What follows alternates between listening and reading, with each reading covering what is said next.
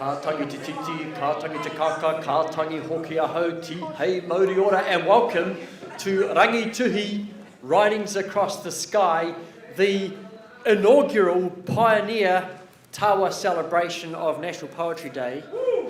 Let's turn this music down. So this is an historic moment that you are participating in tonight. As we start, I'll just let you know, so we've called this event Rangituhi, Writings Across the Sky, partly because Rangituhi, of course, is the maunga of this area, and also because Rangituhi has in its name the word tuhi, which of course means to write. So on the Ngāti Toa website, it will tell you that Rangituhi translates to sky glow. Today we're kind of playing with that meaning a little bit and calling it Writings Across the Sky. And as I say that, I'd just like to acknowledge that we are on land for which Ngāti Toa has mana whenua tonight. So we've got a good lineup of people to read. If you've come here wanting to read and share, your name's not yet on the list, well, look, don't hold back. You just come and add your name there. And you can see there's a whiteboard marker. Thanks, Jane, for showing that. And you can add your name and we'll add you to the list tonight. And we've got readers, I'm already aware, ranging from age 7 and upwards. So we're hoping that you'll feel totally at home reading tonight. Another thing before we start off is that I have got here some pink cards. And if you've come here unprepared to read or with no poems in your back pocket, these cards are potential haiku waiting for you to write them. I got together with John Dennison last week, who is here and who will read a little later on, and we talked about how to run this evening. And John suggested there is actually a lot of poetry in the place names of Tawa. And what I've fixed upon is a bunch of place names that have 5 syllables in them. For example, the Pink Pineapple, Davidson Crescent, Willowbank Reserve, and others. Each of these is the first line of a haiku. And as you listen tonight, you might like to generate the next 2 lines of a haiku, 7 syllables, 5 syllables, or even if you want to get a bit fast and loose with the syllable count, you could do that too. And steady, sorry. Okay. We've got some hardcore haiku people in the room. But if you want to write your own haiku while you're here, why not do that? And as well, if you want to come and share your haiku, you could do that too. You know, this is a loving audience. This is the reception, the like of which you may never receive elsewhere in the poetic world. Yeah, John, you want to hand those out? Thanks. The other thing I want to say to all those going to read this evening is, please get up nice and close to the microphone. You know, really speak right into it. That's going to be the best way to make sure that you're heard. I thought I'd start off with a poem. Boulder.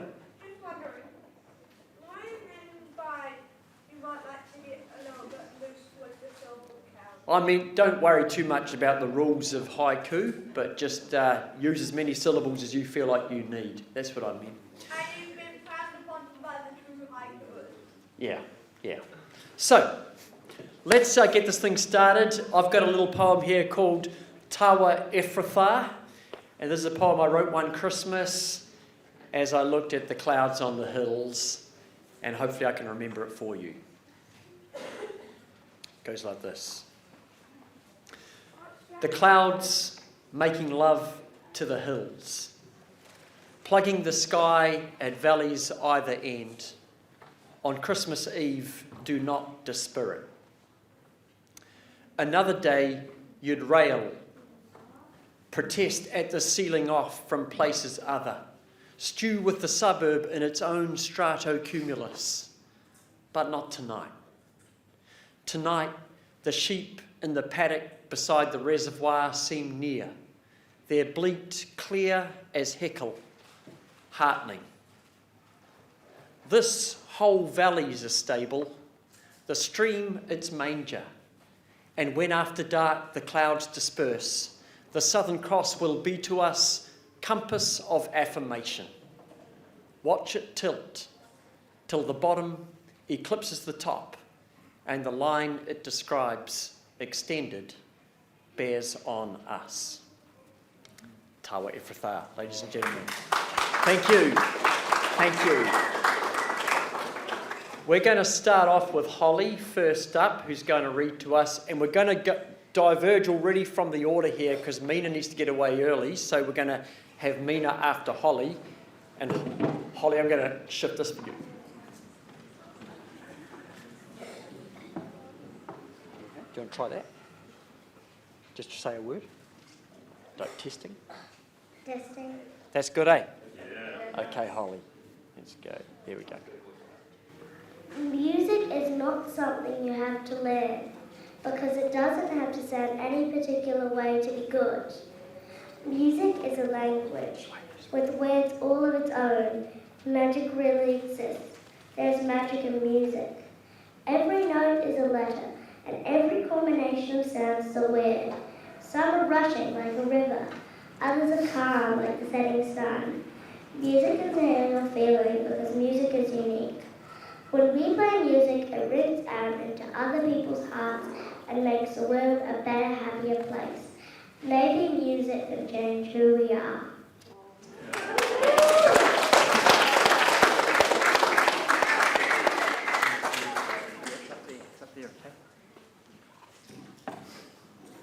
Thank you, Holly. That was really lovely.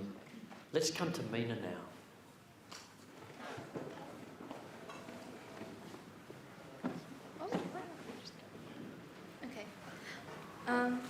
My one is a sonnet because I was particularly inspired to write one. My love is a fresh piece of fruit, deliciously sour like him is her. My love, his glow, her flare, does sunshine suit. Bright color admired by nature. My love, that man, that fickle mistress. How to capture that sweet sound of summer? My love's beauty, how is it done justice? Only by iambic pentameter. My love, oh, I wish I could convince you. These words fail me so, you don't believe me. Not him, you think. Could be this, not true. My love, yet so is she, I guarantee.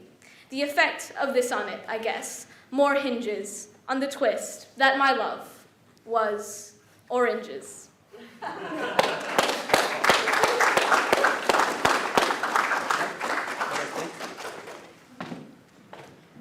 Thank you, Mina.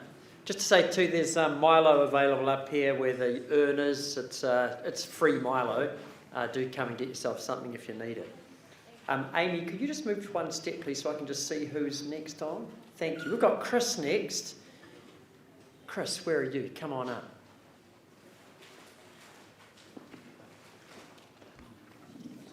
Yes, stand on there. How's that going to be? Wait a minute. Can I do that? Here we go. Come in nice and close. Sweet. Hi, this is titled Pressure. Your pressure is not my discombobulated truth, nor am I swayed. You tried to turn me from the left or to the right. Was I really shaken? No. I heard of the work-life balance term, nor am I a workaholic. You tried to throw me 50 Ks, but all I see is a land of victory and peace. This next generation shall see there is a way forward, nor is it about darkness that surrounds them, for your presence shall reassure those around you. Yes, you are already winning, don't you see it? I see you've won. You own the victory.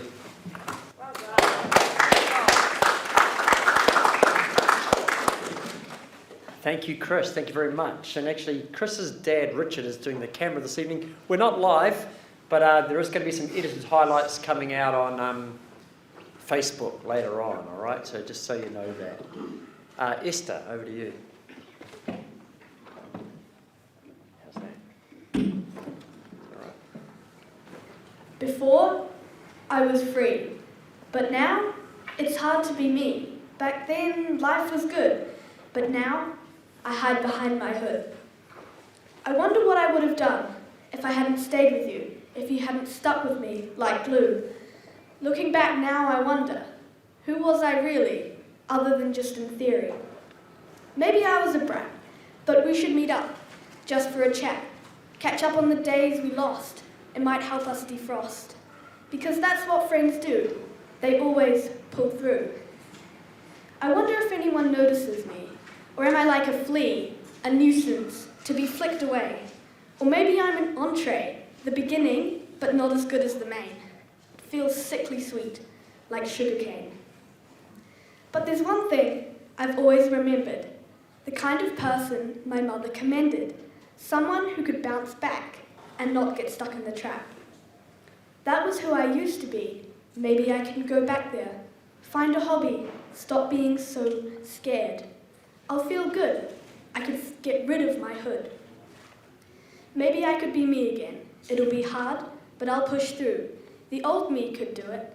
I wasn't a weakling like now. I hardly ever wore a frown. Yes, that's what I'll do. I'll fight for me, not for you, not for anyone else, for me.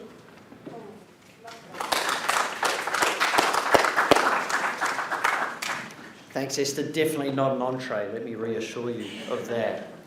Angela, over to you. So Esther spoke like someone beyond her years. I, however, have regressed, and I'm speaking from the perspective of a toddler. I wrote this many years ago when I had a toddler.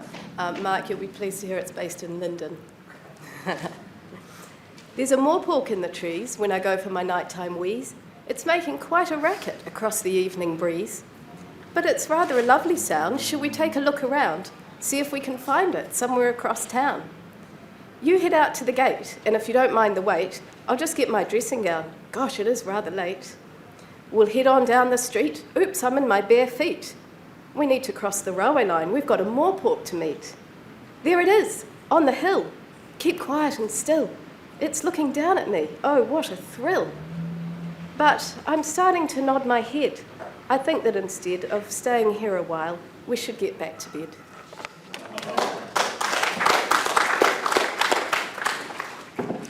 Thank you, Angela, very much. Daughter-mother pairing there, by the way, just in case you didn't realise. Next up, we've got Amra. Amra, do you want to come forward? Also, just by the way, you're allowed to read more than one poem if you want to. If you want to come back later, you've read one, you want to read another, that's fine as well. So just keep aware of that. And Amra, let me just, hopefully that's right.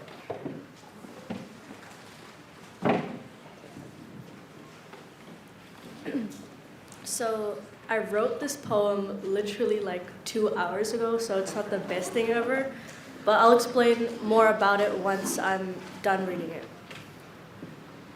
The lamb wails songs that you are not wary of. Deny it, I say. It is a pedestrian, you must accept that. Stuck in the grain of perpetuality, you think of it as sleeping, as simply shivering anatomy. The lion shall lie down with the lamb.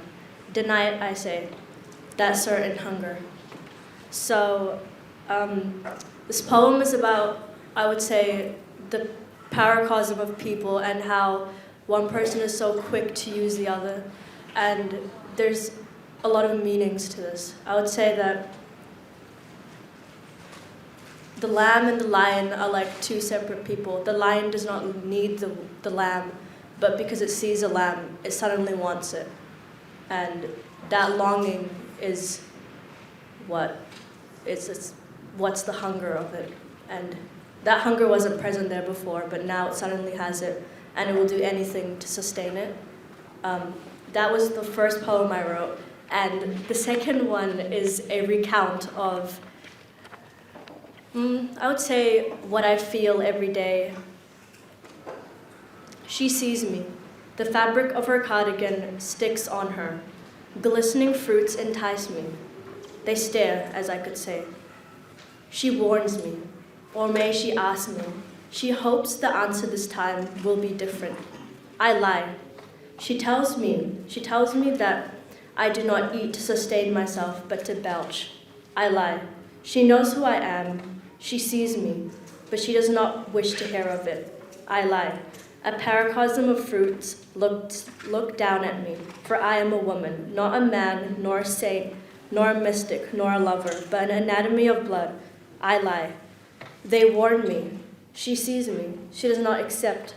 I have hidden myself. I have lied. Maybe I am defined as something else.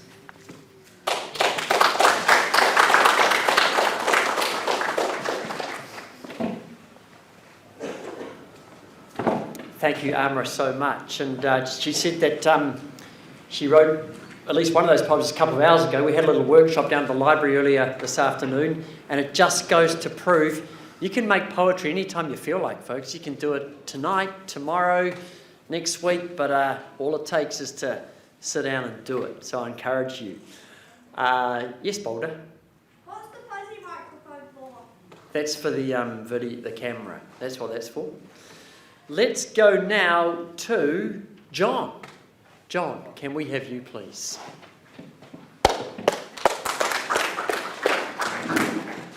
Kia ora, thanks, Mark. Thanks, everyone, for coming out. I'm going to read two poems since we're allowed.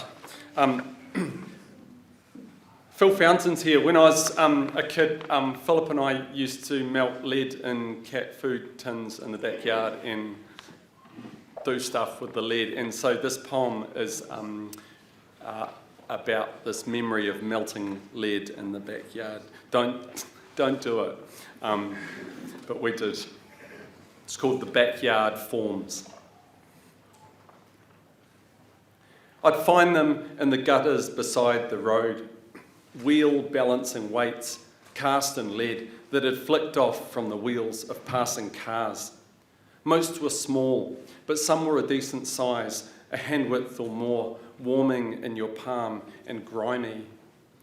I'm not sure why I collected them, flotsam of the road, discarded somethings unthought of, gutter cast lumps, rewarding my pocketing squiz of the road to school. It was always the thought that they might prove useful, a selective sense of thrift, of tidiness, but mostly of wealth.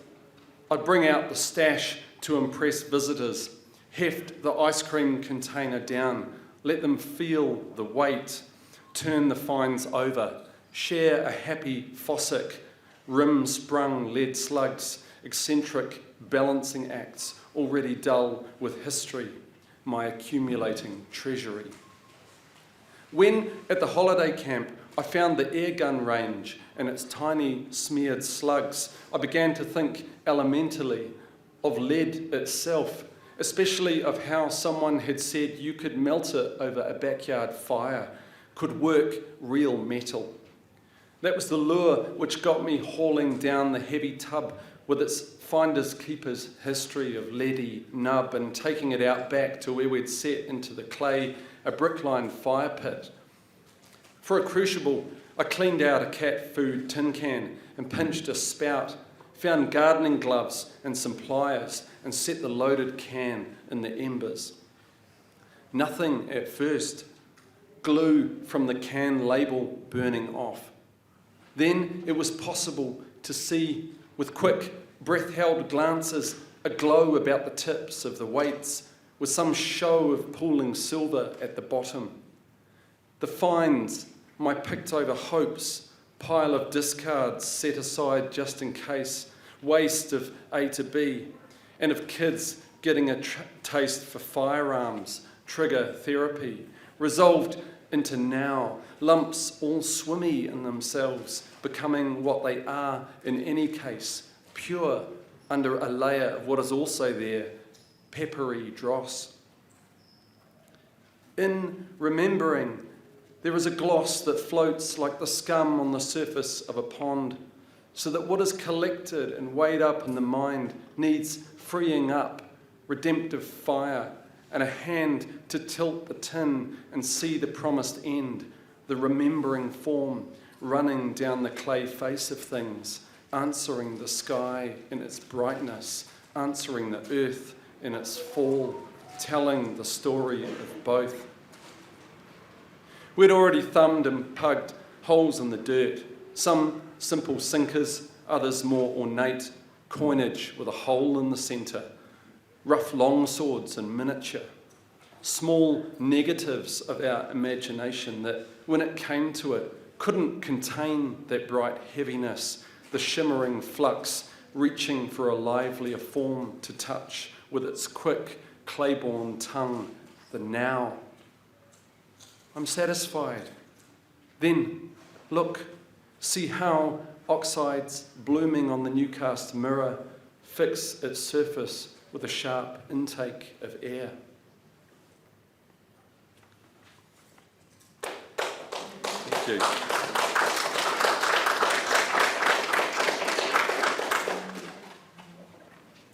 It's been a long poem, so let me make this second one a bit shorter. This is the sonnet. Mina, where's Mina?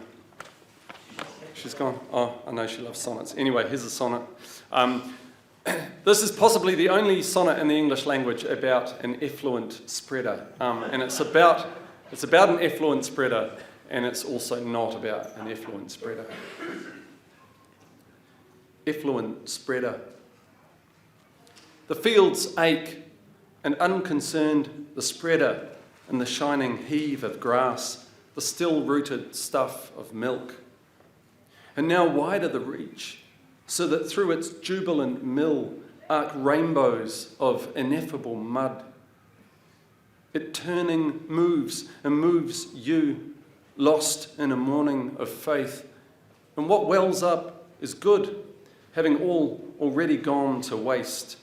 Inert render and markers of churn, scat, and the light-skinned settling pond recalling you to your senses.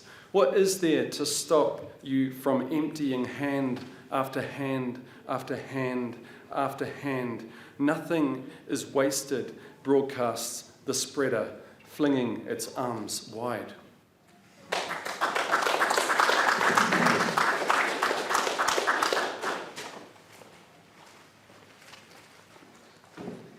Thank you, John. And make Tawa's own bard, perhaps, John Dennison. John, do you still have some copies of Birdman lingering around your house for sale or not? John's got a beautiful sequence of sonnets called the Birdman sequence, which he published a few years ago with fabulous illustrations by the Wellington artist Greg O'Brien, poet and artist Greg O'Brien. And I'm sure if you were interested in getting a hold of those 7 sonnets, beautifully produced, see John before you go tonight. He's got a few at home still that he could get into your hands.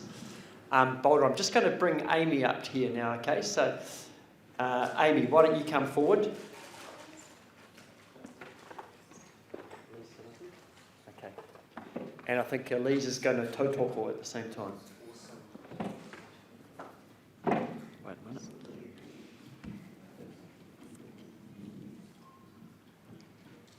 Do you want to share the plinth, do you? There you go. It's called the Liberian.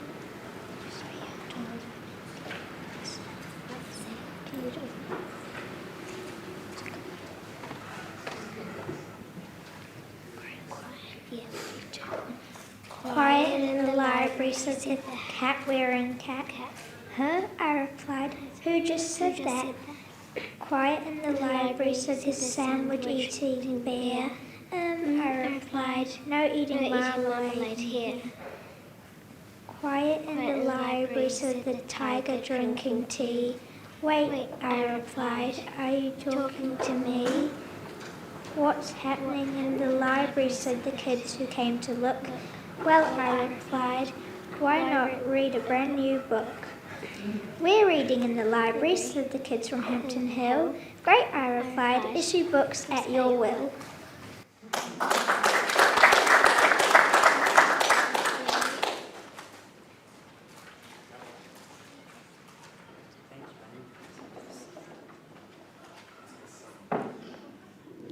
Thank you, Amy and Elise. The rhyming couplet never grows old, does it?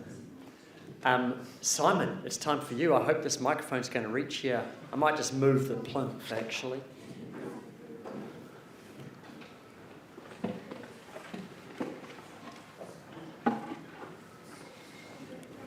Well, I'll admit when I said, yeah, you can put my name on the board, I hadn't actually thought of a poem yet. So I found one from a year ago. It's pretty short, but hopefully it's all right. It's titled Queen Brella. Brella, it is time to step down. Alas, it was not to be. Brella continued to hold out her reign.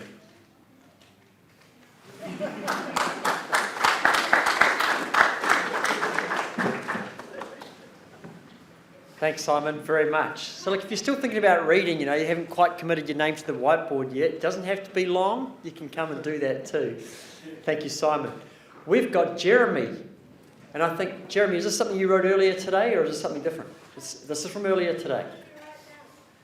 Do you want it or not? Or do you want me to do that without it? Yeah, that's fine. I am here of my own free will. I have not been coerced by Mark or John. I have two poems. The first one is about what's in my shed. Beautiful grain, bigger barn, hungry like Pharaoh's lean cows. Piled high, personal speculation bubble. Absent reflection, crash inevitable. Familiar pedestrian denial, shiver me timbers. I like working with wood, and the easiest part of working with wood is finding new wood.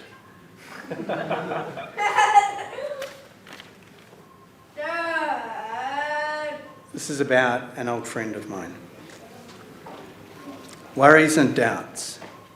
Tea talks. Parched souls drink words.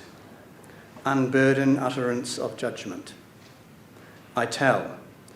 She shares. Sanity satisfied, replenished deep.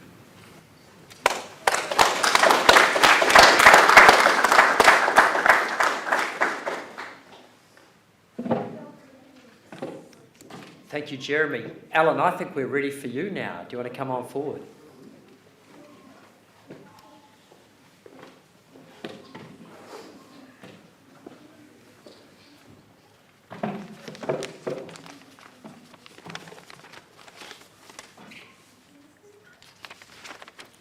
I've got a haiku and a poem, and I've called it a haiku of sorts because it follows the syllable rule, but no other rules. And it's called Spiders Dating. It's time we made love. Let's wait until I'm hungry. Okay, later then.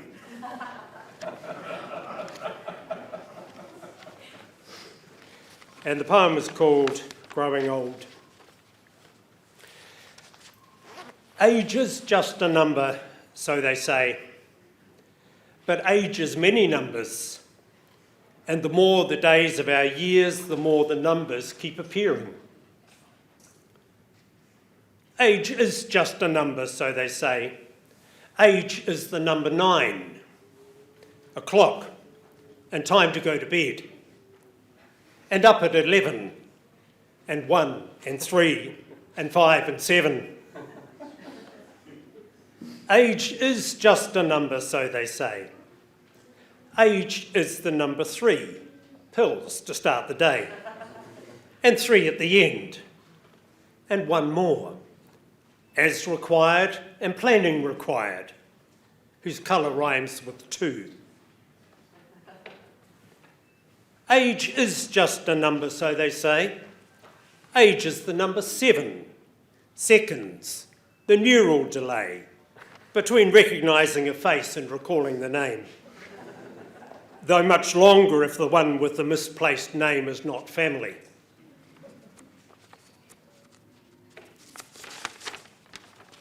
Age is just a number, so they say. Age is the number 11, teeth remaining, to masticate or to whistle, the masticating louder as the gums slap, the whistling less tuneful as the white keys fall away. Age is just a number, so they say. Age is the number of 5. Funerals for a friend's in a year. Last year less, next year probably more. More send-offs, but less senders. With each funeral, another name removed from the list of pallbearers in my carefully crafted funeral plan. I fear if I live too long, I'll have to carry my own coffin out of the church. Age is just a number, so they say.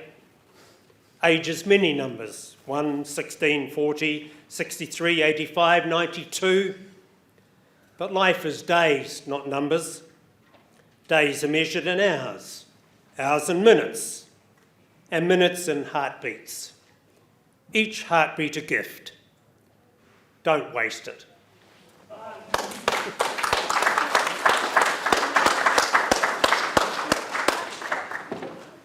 Thank you, Alan.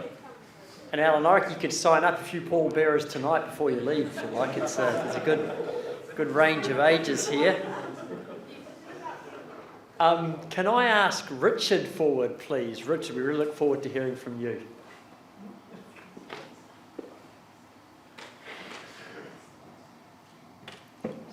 Thanks, James. I've got a poem about the much maligned mosquito. The mosquito's soul. This dead-end water trembles with life. Thousands of fibre-thin mosquito larvae, propelled by fine cilia, they hover, submarine to feed or hang from the meniscus, siphoning air. Transparent, their bodies spasm in defiant flicks, exclaiming existence. Each larva grows, suspended in mid-fluid, devouring detritus. It sheds its chitin skin 4 times, then at last the pupa emerges. It fasts and rests in suspended animation. Sensing threats, it flings itself deep, then slowly drifts up to the float at the water's dome. Curled like a question mark, it waits. Within 3 days, it breaches the surface, splitting its exoskeleton to draw in oxygen. Through the gap, the adult emerges, fully formed. The answer unfolds, its compact parts. Legs extend, downy antennae and compound eyes follow, then wings unfurl, umbrella-like. It stands on water to dry. Did it dream of this? After all, each cell follows a score, for a song of wings that stroke, then catch their trailing wake of air 800 times per second. Each hears a medley, hunger for nectar, the pull of sex, yearning for CO2, the scent of blood or sweat. Each tempo quickens in heat, and at full moon, each burns with fever to find a host. I'm told our designs evolved over eons. Our desires are embedded in code, responses triggered by instinct, swayed by senses, chemical tides and complex undertows. It could be more than 3 days before you see me transform, walk on water or sprout wings. Still, the mozzie's not so alien. I too have shed dead skin and hear a call, rhythms that move my soul to sing.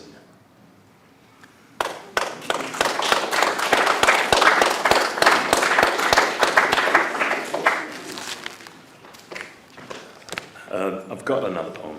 This one is a love poem. And that last one was it? All right. It's called Psalm of Blue.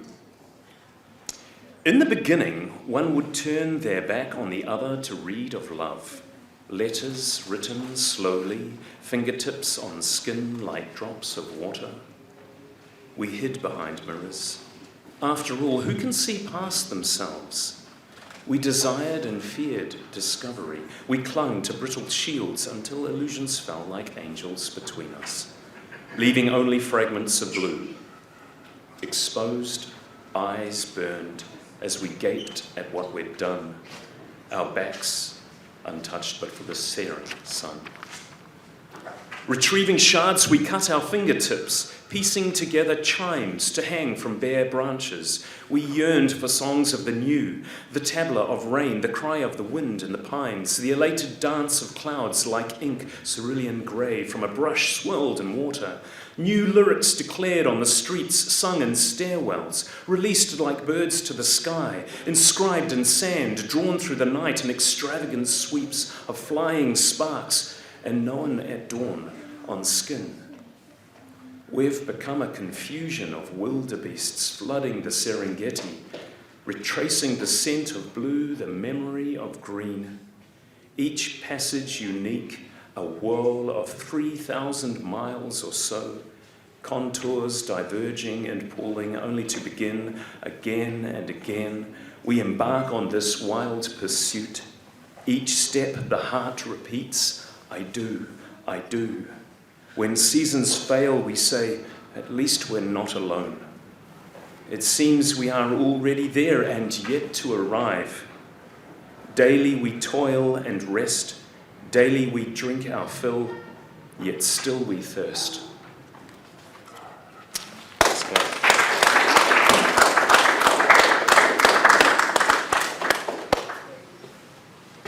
Thank you, Richard. I guess a lot of us know John Dunn's The Flea, but we've got the mosquito tonight as well. So, I think we've got Bethany reading something that has been with Gwenny. Okay, come on up, you two. You going to share it? Right up. Come close to the mic.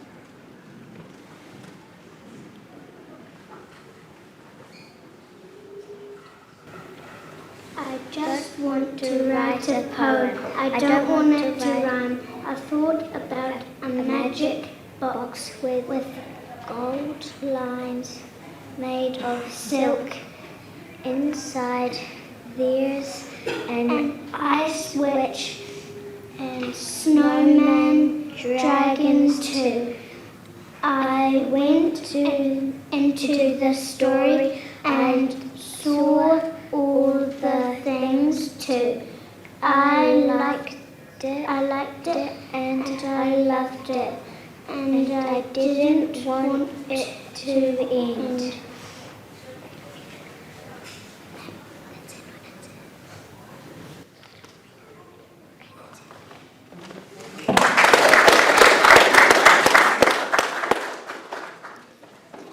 Thank you both. We're just reaching the end of our list. So if you've got a haiku that you've been working on while you've been listening, you want to share that too, make sure you do. So just give me the eyebrows in a minute, okay? William? Yep. Is that good for you?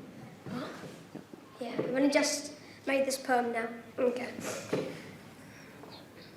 We tramp down the hill, eyes alert. I brush off a leaf that is stuck on my shirt. I sprint down the path, just hoping for a clue, and then a shout, as if on cue. The lost boys come into sight, relief through my head, and all is right.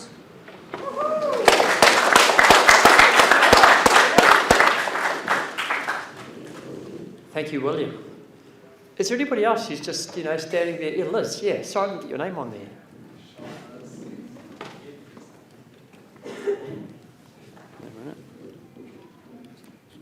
On the box or off the box? Yeah, come on the box. On the box. Yeah. On the box, Yeah, off it's the box, good. or out of the It's box. more fun. You never know. I just want to say briefly on behalf of the Tawa Community Board, I'll just put that hat on very briefly. Thank you so much to Mark and John and others who have helped to bring people in together tonight for Tawa's inaugural poetry event. We notice and we celebrate. Now, definitely not on behalf of Tawa Community Board. I want to share a poem, but it's because this is the first poem I wrote. It was written in Tawa. It was actually written in Redwood Bush after I'd spent the morning at Arohata prison reading stories with our wahine in there. There are so many blackbirds in the world. Common pests, some would say. Trap them, get rid of them. So many blackbirds in the world. They shouldn't even be here. They're not from here anyway. So many blackbirds in the world, and yet only one interrupted my walk today. Only one flew in front of me and gave me pause. Only one offered the gift of her song, an introduction to her sister, Pi Waka Waka, who sat with me on the branch above my head and looked into my heart. Blackbird, you are not many, you are one. You are welcome here and needed. Thank you for the gift of your presence, reminding me that even though we may feel unwanted, unneeded, undervalued, because we appear surplus to requirements, that we are in fact needed to be just the one, with the one, for the one.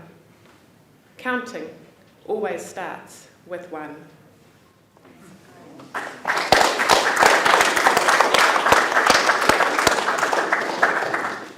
Thank you, Liz.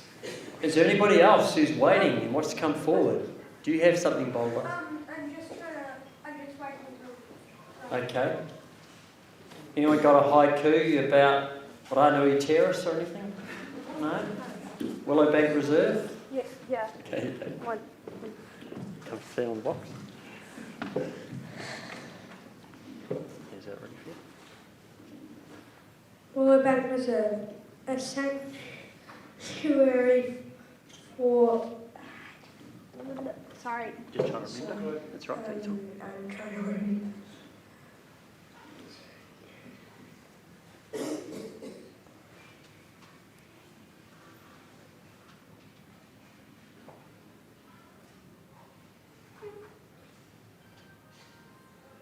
Say what you can remember, Boulder. Can we get a card for you? Okay. Sorry. No worries, Boulder. It's a brilliant start.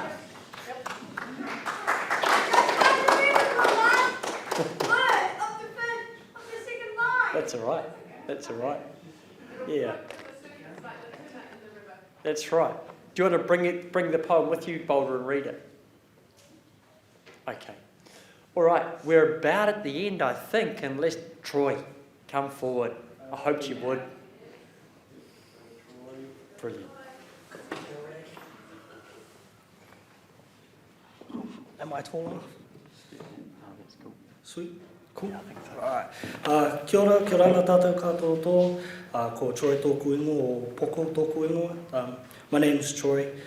Sort of the poem that I'll be presenting tonight is just a collective works from a poem that me and my uncle were working on for an assignment that he was doing. So it's a bit of both of us on the poem. It is a little bit long before I get into it. It talks about an ancestor that we have on our Cook Island side and sort of his role within his community and sort of the role that he played within his family and his life. So yeah, cool. If I can find it. Cool.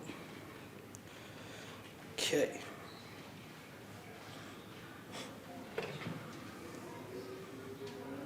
Cool. All right. Sung from my mother's tongue of her father's father when I was a young boy. My mother serenaded me with the life story of my great-grandfather and his everlasting legacy for our Ano, our kōpū tangata in Iwi and Inua. The poem, a sacred conch held by the strength and vigour of a man who was seen as a leader by his acts of service to his people, for he comes to serve, not to be served. The poem, blown 3 times from the lips of this man to his village of Ariora, the house of life.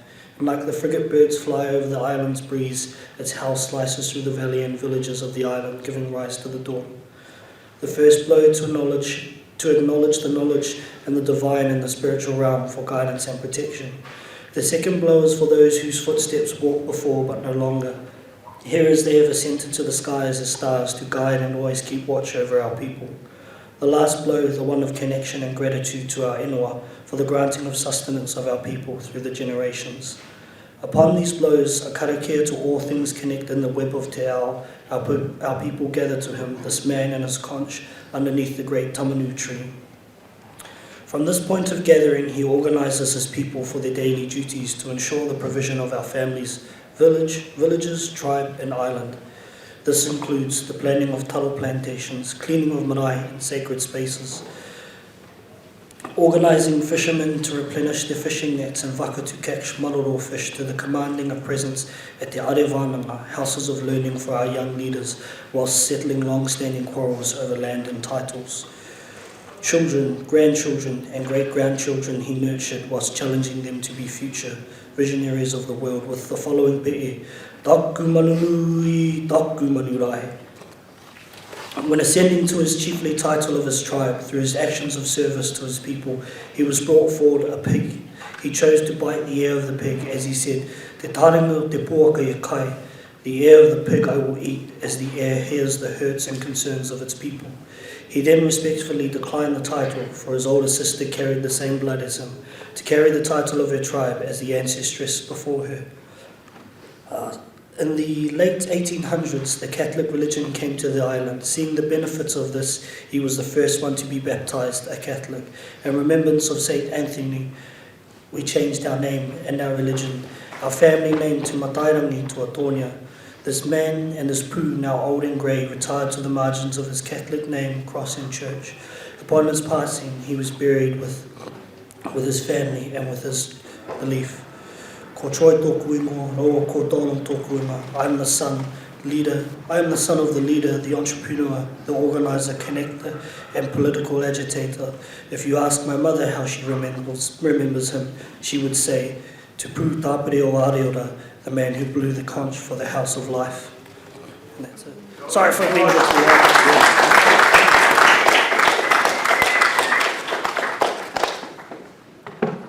Kia ora, Troy, for that. That's wonderful. Is that where we're finishing tonight? Is there anybody still? Have you got your haiku, Boulder? Yeah. Okay, come and deliver it, my friend.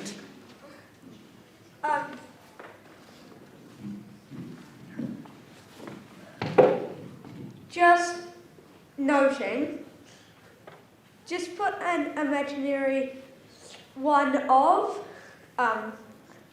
in front of the second line.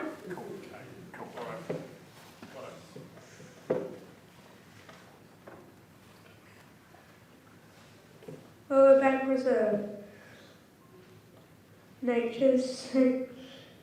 Actually, nah, remove the one of blah blah blah. I'll just do single. Lower Bank Reserve. Nature's sanctuary of cool awesomeness.